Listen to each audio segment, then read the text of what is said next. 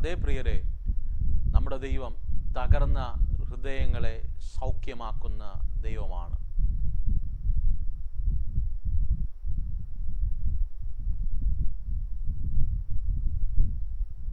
എല്ലാവർക്കും നല്ലൊരു പ്രഭാതമെന്ന് ഞാൻ ആശംസിക്കുകയാണ്.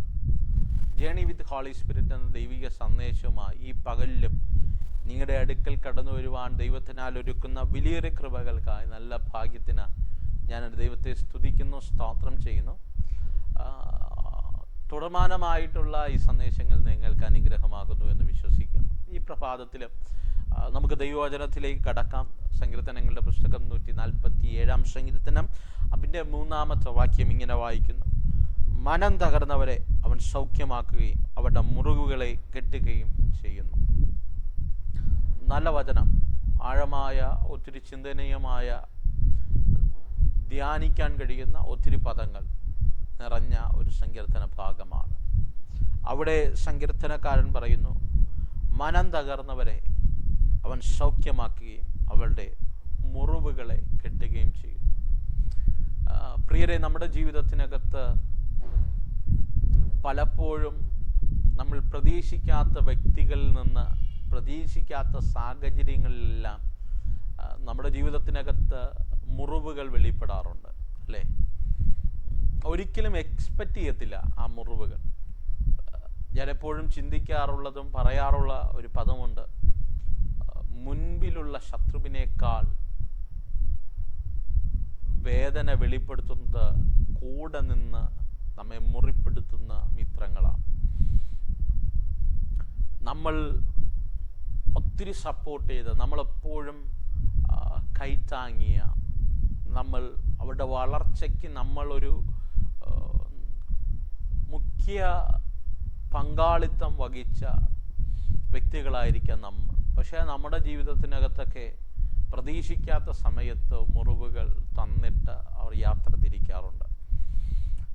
ഇവിടെ സങ്കീർത്തനക്കാരൻ പറയുന്നു, മനം തകർന്നവരെ സൗഖ്യമാക്കുകയും അവരുടെ മുറിവുകളെയും കിട്ടുന്ന ഒരു ദൈവമുണ്ട്. പ്രിയരെ, നമ്മുടെ ഭവനങ്ങൾക്കകത്തേക്കായി ഉപയോഗിക്കുന്ന മൺപാത്രങ്ങളുണ്ട്, പാത്രങ്ങളുണ്ട്. ഈ പാത്രങ്ങളെല്ലാം ഉപയോഗിച്ച് ഒരു സമയമെത്തുമ്പോൾ അത് പൊട്ടിപ്പോവുകയും അത് പൊളിഞ്ഞു പോവുകയൊക്കെ ചെയ്യും.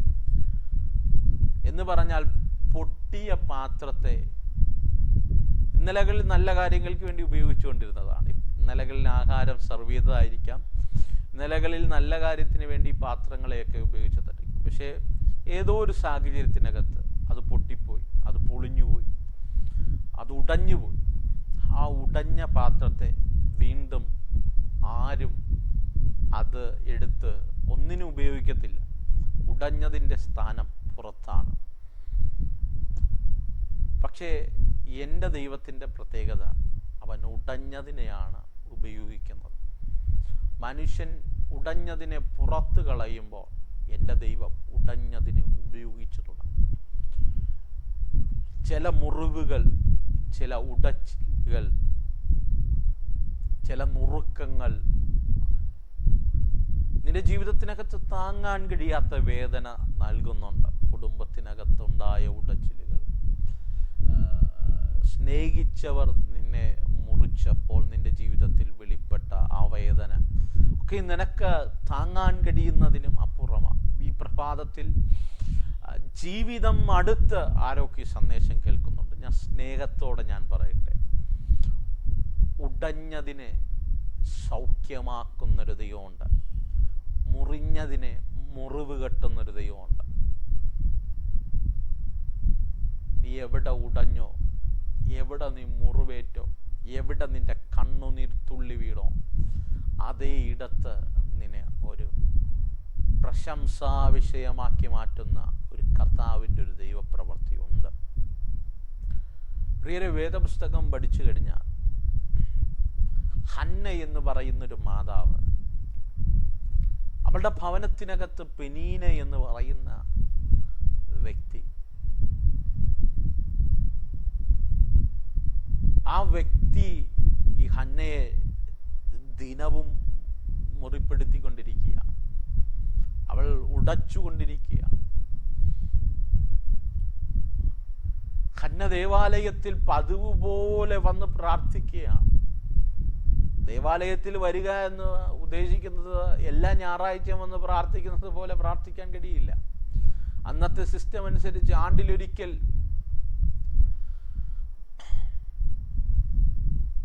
ഉത്സവങ്ങൾ നടക്കുമ്പോൾ, പെരുന്നാളുകൾ നടക്കുമ്പോൾ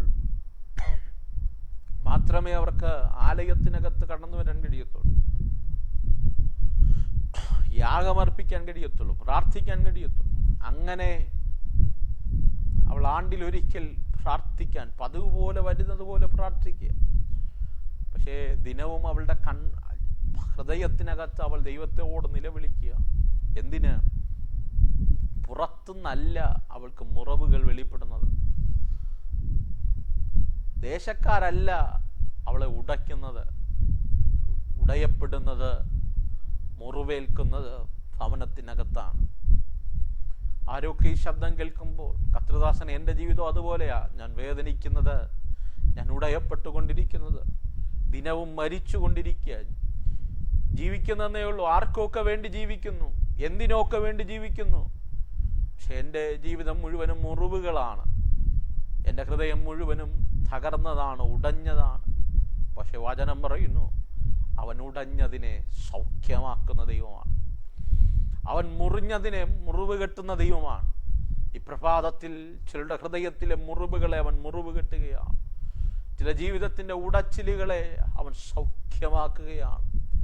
കണ്ണുനീരോടെ ദൈവത്തോട് പറ, കർത്താവേ, ഈ പ്രഭാതത്തിൽ എനിക്ക് വേണ്ടി നീ ഒന്ന് പ്രവർത്തിക്കണമേ എന്ന്, എൻ്റെ കുടുംബത്തിന് വേണ്ടി നീ ഒന്ന് പ്രവർത്തിക്കണമേ എന്ന്, ഇതുവരെയും കണ്ടിട്ടില്ലാത്ത അത്ഭുതങ്ങളിലേക്ക് എന്നെ ഒന്ന് വഴി നടത്തണമേ എന്ന്, ഇതുവരെയും കണ്ടിട്ടില്ലാത്ത ജീവിതത്തിൻ്റെ സാഹചര്യങ്ങളിലേക്ക് നീ എനിക്ക് പുത്തൻ വഴികളും വാതിലുകളും തുറന്നു തരണമേ എന്ന് നീ ഒന്ന് പ്രാർത്ഥിച്ചു നോക്ക്. നിന്റെ ജീവിതത്തിനകത്ത് അത്ഭുതങ്ങൾ വെളിപ്പെടും, നിന്റെ ജീവിതത്തിനകത്ത് അതിശയങ്ങൾ വെളിപ്പെടും. പ്രിയരെ, വചനം പറയുന്നു, ഹന്ന ഭവനത്തിനകത്ത് മുറിവേൽക്കപ്പെട്ട വ്യക്തിയാണ്, ഉടയപ്പെട്ട വ്യക്തിയാണ്. പക്ഷെ സ്നേഹത്തോടെ ഞാൻ പറയട്ടെ, അവൾ കരഞ്ഞത് ഭവനത്തിലല്ല, അവൾ കരഞ്ഞത് ആലയത്തിൽ കടന്നു വന്നാണ് കരഞ്ഞത്. ഏലിയോട് പറയുന്നുണ്ട്, ഞാൻ മനോവസനമുള്ള സ്ത്രീ, മനം തകർന്ന് അവൾ കരയുകയാണ്. നമ്മുടെ ഭാഷയിൽ പറഞ്ഞാൽ ചങ്ക് പൊട്ടി അവൾ നിലവിളിക്കുകയാണ്. അവൾ വീഞ്ഞു കുടിച്ചിട്ടുണ്ടോ എന്ന് പോലും സംശയിക്കത്തക്ക നിലവാരത്തിൽ ഒരു ഭ്രാന്തിയെപ്പോലെ അവൾ വാവിട്ട് ദൈവസന്നിധി നിലവിളിക്കുകയാണ്. ചിലരുടെയൊക്കെ അവസ്ഥ കണ്ടിട്ടുണ്ട്. താങ്ങാൻ കഴിയാത്ത മുറിവുകൾ വെളിപ്പെടുമ്പോൾ ആഹാരം പോലും കഴിക്കാൻ കഴിയില്ല, സ്വസ്ഥമായി ഒന്നും ഉറങ്ങാൻ കഴിയില്ല, ഉറക്കം വരത്തില്ല, കരഞ്ഞ് കരഞ്ഞ് രാത്രികളെ പകലാക്കി മാറ്റി ഒത്തിരി പേരുണ്ട്. ജീവിതത്തിൻ്റെ സാഹചര്യങ്ങളുണ്ട്. അങ്ങനെയുള്ള ആരൊക്കെ ശബ്ദം കേൾക്കുന്നുണ്ട്. ധൈര്യമായിരിക്കെ, നിന്നെ ഹൃദയത്തെ സൗഖ്യമാക്കാൻ കഴിയുന്ന, നിന്റെ മുറിവിനെ കെട്ടാൻ കഴിയുന്ന ഒരു കർത്താവ് നിന്റെ അടുക്കൽ ഇറങ്ങി വരുമെന്നേ, നിന്റെ ഓഫീസിൽ ഇറങ്ങി വരുമെന്നേ, നിന്റെ ഭവനത്തിനകത്ത് ഇറങ്ങി വരുമെന്നേ, നിന്റെ കുടുംബത്തിനകത്ത് ഇറങ്ങി വരുമെന്നേ. നീ കണ്ടിട്ടില്ലാത്ത രീതിയിൽ അവർണ്ണനീയമാക്കി കർത്താവ് നിന്നെ മാറ്റുമെന്നേ. നിനക്ക് സ്വപ്നം കാണാൻ കഴിയാത്ത രീതിയിൽ നിന്നെ മുറിവേൽപ്പിച്ചവർ പോലും നിന്റെ മുൻപിൽ ദൈവം വെളിപ്പെടുത്തുന്ന നന്മകൾ കണ്ട് അതിശയിച്ച് നിൽക്കുമെന്നേ. നിന്റെ മുൻപിൽ മുട്ടുകുത്തുന്ന സീസണുകൾ വെളിപ്പെടുത്തുമെന്നേ. അതുകൊണ്ട് ഇന്ന് പകൽക്കാലം ലോകം ഉടഞ്ഞതിനെ ഉപേക്ഷിക്കും, ലോകം മുറിവേറ്റതിനെ മാറ്റി നിർത്തും.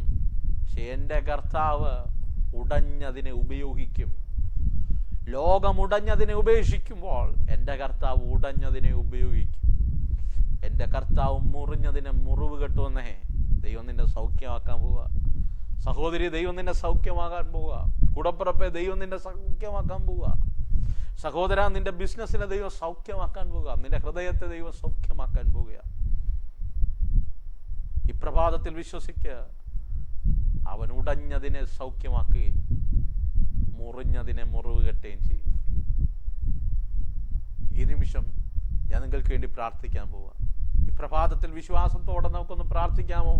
ചില മുറിവുകൾ ദൈവം കെട്ടും, ചില തകർച്ചകളെ ദൈവം സൗഖ്യമാക്കും, അവർണ്ണനീയമാക്കി മാറ്റും. എന്നോട് കൂടെ ചേർന്നൊന്ന് പ്രാർത്ഥിച്ചു. സ്വർഗീയ മല്ല കസാവേ, ഞങ്ങൾ അങ്ങയുടെ സന്നിധിയിലേക്ക് വരികയാണ്. ഒരു പ്രഭാതം നീ ഞങ്ങൾക്ക് ദാനമായി നൽകി. വിവിധ രാജ്യങ്ങൾ, വിവിധ ടൈം സോണുകൾ, വിവിധ പട്ടണങ്ങളിൽ ഞങ്ങൾ ഇന്ന് പകൽക്കാലം ഈ സന്ദേശവുമായിരിക്കുമ്പോൾ എന്നോടൊപ്പം ചേർന്ന് പ്രാർത്ഥിക്കുന്ന ഈ ജനത്തെ ഞാൻ ബ്ലസ് ചെയ്യുകയാണ്. അവിടെ ഉടച്ചിലുകളുടെ നടുവിൽ ഒരു ദൈവിക സൗഖ്യം വെളിപ്പെടട്ടെ. മുറിഞ്ഞതിന് മുറിവ് കെട്ടാൻ കഴിയുന്ന ഒരു ദൈവപ്രവൃത്തി വെളിപ്പെടട്ടെ. In the name of Jesus ഞാൻ അങ്ങനെ കൽപ്പിച്ച് ബ്ലസ് ചെയ്യുകയാണ്. ദൈവത്തിൻ്റെ സൗഖ്യം വെളിപ്പെടട്ടെ, ദൈവത്തിൻ്റെ നീതി വെളിപ്പെടട്ടെ, ദൈവിക മഹത്വം വെളിപ്പെടട്ടെ. ഞാൻ അങ്ങനെ ഈ ജനത്തെ ബ്ലസ് ചെയ്യുകയാണ്. സ്വർഗം അങ്ങ് ചലിക്കുന്നതിനായി നന്ദി, യേശുവിൻ നാമത്തിൽ തന്നെ ആമേൻ.